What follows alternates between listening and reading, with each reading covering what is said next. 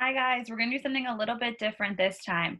We're going to be adding and subtracting those same fractions, but when the denominator is different. So that bottom number is not going to be the same in both problems. And we do have to do something a little bit extra. So we're going to do 3 different example problems today. The first one's going to be a basic addition problem where the denominators are not the same. They're different. The bottoms are different. So if I have a problem that looks like this, I have 2/10 plus 4/5. My bottoms are not the same. It's not like the problems we did before where I could just simply take the bottoms over to my answer. I have to do some changing here to find a way to make these bottom denominators match. So what I do is I find the least common multiple, which that's in another video if you want to check that out. But I want to find the least common multiple between these two numbers. So the first thing I do is I list off the multiples of each. So in my head, I start to say to myself, what are the multiples of 10? So I just start saying, first comes 10, then 20, then 30, then 40. And I try a few. You can look across the multiplication chart if you need to. So that's for my number 10. Now I do the same thing for number 5. I list my multiples of 5. So I start with 5, then 10, then 15, then 20. And the thing that I have to catch here is I want to find one that they have in common, the least common multiple. So the lowest, least, common, the same multiple.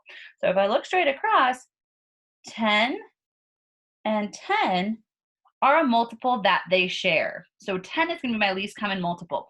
So I'm going to have to write this fraction problem a little bit differently in order to solve it, which is very, very easy. So instead of it reading 2/10 plus 4/5, I need to change it so that they're both have tenths in the denominator. So that very first one's not going to need to change. So I'm going to rewrite my new problem. 2/10 doesn't need to change because it already does have 10 in the denominator. But fifths does. 5 has to change to 10. And I have to ask myself, what do I multiply 5 by to get 10? And in this case, I do 5 times 2 gave me that 10. And the trick with fractions is if I do it to the bottom, then I have to do it to the top. So if I multiplied 5 times 2 in my denominator, then I have to do 5 times 2 on my top. So my new problem is going to then be 10, and 4 times 2 gives me 8. So my new problem, instead of 2/10 plus 4/5, it's going to now be 2/10 plus 8/10. So you can see this fraction became 8/10. Now those bottoms are the same. So I can do exactly what I did in the previous video. 2 plus 8 gives me 10. And I keep my bottom the same. My answer is 10/10, which we know is actually 1 whole. So that's how we solve one if we have different denominators and I have to change one in order to solve the problem. Next one we're going to do is one where it's subtraction with the exact same idea. So you're going to get a problem that looks like,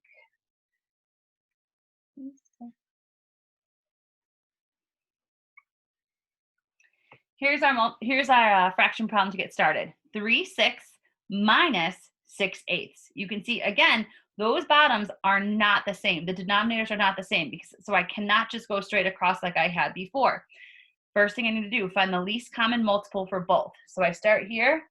I'm going to find them for my 6's and find them for my 8's. So this is when it's really helpful to know your multiplication facts. If you don't know them, I usually have students have their multiplication grid right in front of them, and then it's really easy to copy them down. But 6 times 1 is 6, times 2 is 12, times 3 is 18, times 4 is 24. List off the first few multiples. Do the same thing for 8. 8 times 1 is 8, times 2 is 16, times 3 is 24. And I can stop myself and say, 24 here, 24 here. The difference between this problem and the one I did before is that I have to change both of them. So both of my bottoms are now going to be 24. And I have to say to myself, what did I have to multiply 6 by to get 24? Well, I had to multiply 6 by 1, 2, 3, 4. So I do that times 4. My trick tells me whatever I do to the bottom, I have to do to the top. I have to do times 4 over here. If I know my multiplication facts, or check your multiplication grid, 3 times 4 gives me 12. And then the same thing for 8s. What did I have to multiply 8 by to get 24? I had to multiply it by 1, 2, 3. I had to do times 3 on the bottom. My rule tells me whatever I do to my denominator, I have to do to my numerator. So I'm going to multiply it by 3. 2 times 3 gives me 6. Now this problem is solvable because my denominators, or the bottoms, are the same. 12 take away 6 leaves me with 6. I know my denominators stay the same, 24. My answer is 6/24.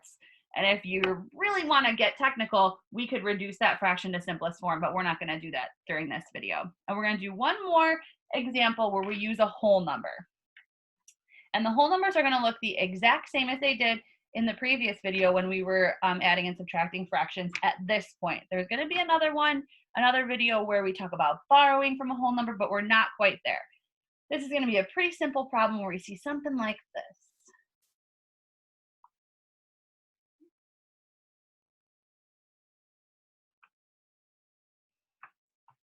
Alrighty, so here's my last problem. 10 and 2/12 plus 1 and 1/8. Now last time our bottoms were the same. It was super easy. We just added our whole numbers and then added our numerators and kept our denominators the same. Can't do that this time. This time, I first have to change my denominators so that they're the same using that least common multiple, and then everything starts to fall into place. So the first thing I need to do is write the LCM, or the least common multiple, for each of these. So if I'm talking about my 12s, if I do 12 times 1, I know it's 12, times 2 is 24, times 3 is 36, times 4 is 48. Again, I have those memorized. If you don't have them memorized, definitely something to work on, but have your multiplication chart with you, and this will be a lot easier. So I've done my multiples of 12. Now I have to do my multiples of 8. Multiples of 8. 8 times 1 is 8, times 2 is 16, times 3 is 24. Ooh, I don't have to go any further. I see I have a 24 here, and I have a 24 right here. So my least common multiple, or the denominator that they're both going to share, is going to be 24. I'll write it right here because you get a little more space. Okay, you with me so far?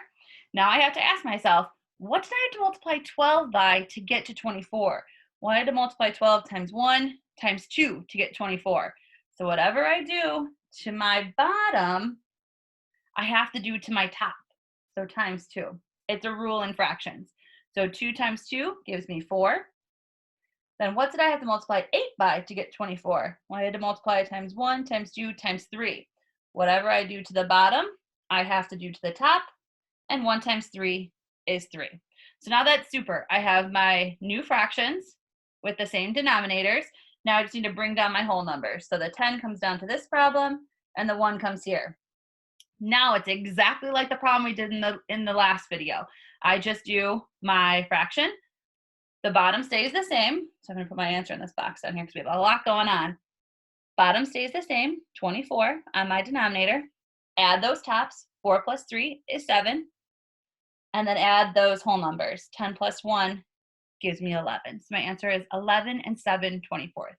So that was a lot of information. We did just a regular adding a fraction with unlike denominators, a regular subtracting a fraction with unlike denominators, and we also did one with a whole number. No borrowing yet, so just adding. In the next video, you'll see how we borrow from whole numbers, and that's a whole nother thing. So be sure to check out this video if you're having trouble adding or subtracting fractions with unlike or different denominators.